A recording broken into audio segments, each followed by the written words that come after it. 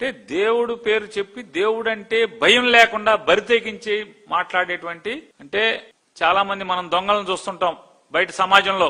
ఏ మరిపాటుగా ఉంటే జేబు కొట్టేసేవాడు ఒకడు, మనం ఏ మరిపాటుగా ఉంటే మన బ్యాగులు కొట్టేసేవాడు ఒకడు, లేదు ఏదో ఒక మనకి ఎరేసి మనం ఆ ఎర కోసం కింద ఏదో పడేస్తే దానికోసం ఒంగొంగానే మన సామాను కొట్టేసేవాడు ఒకడు, మనం ఊరెళ్తే ఇంట్లో దొంగతనం చేసేవాడు, ఇంట్లో లేని సమయంలో దొంగతనం చేసేవాడు ఒకడు.